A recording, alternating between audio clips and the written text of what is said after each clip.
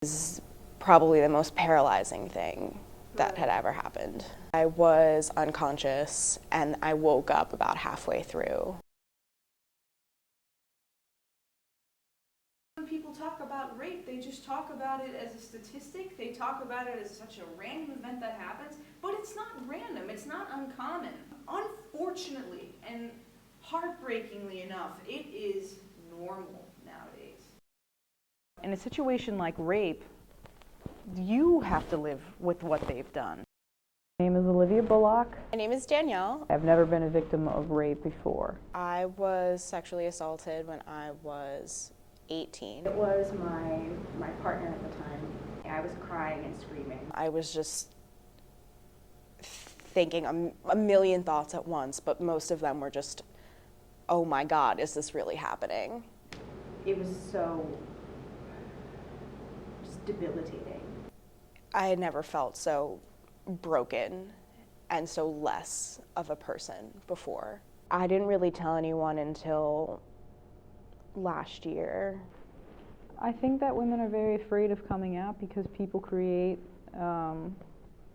this entire atmosphere around rape where people put themselves in that situation. I logically understand what happened wasn't my fault, but I still feel like Some of it, at least some of it, is on me. So I feel like I still owe him something. I deserved it for allowing myself to be vulnerable and opening up myself sexually to someone who I didn't have feelings for. If that's what you get, that's just what I deserved. Women can't admit, even to themselves, that something so horrible and something so violating has happened to them. I just had to act like it didn't happen. It was hard for me even to hear the word rape.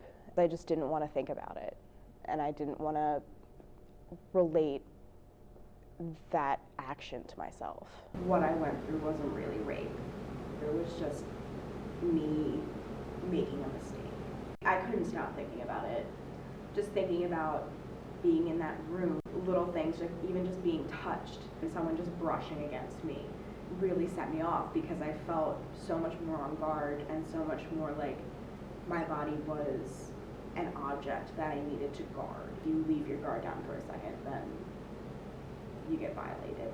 In terms of victim shaming, People do try to sexualize you, and if you wear a pair of heels one day, or if you wear something that makes you look flattering, it's almost like you are sexualizing yourself. people say things like to them that, oh, were you drinking that night? Or how did you have a ride home? Did you go out alone? Oh, you should have thought before you put that dress on, or something like that. And it's so absolutely appalling.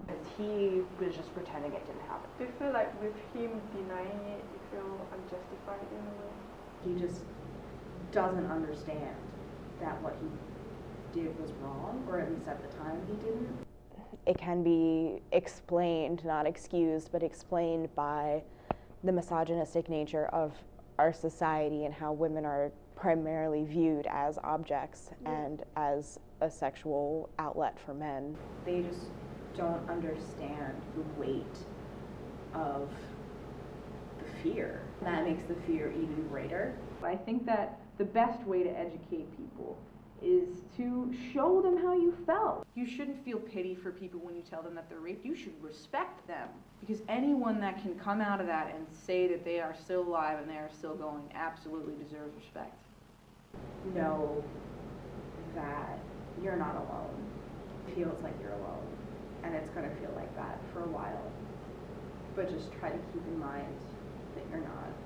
Time will get you through it, and you're going to come out stronger.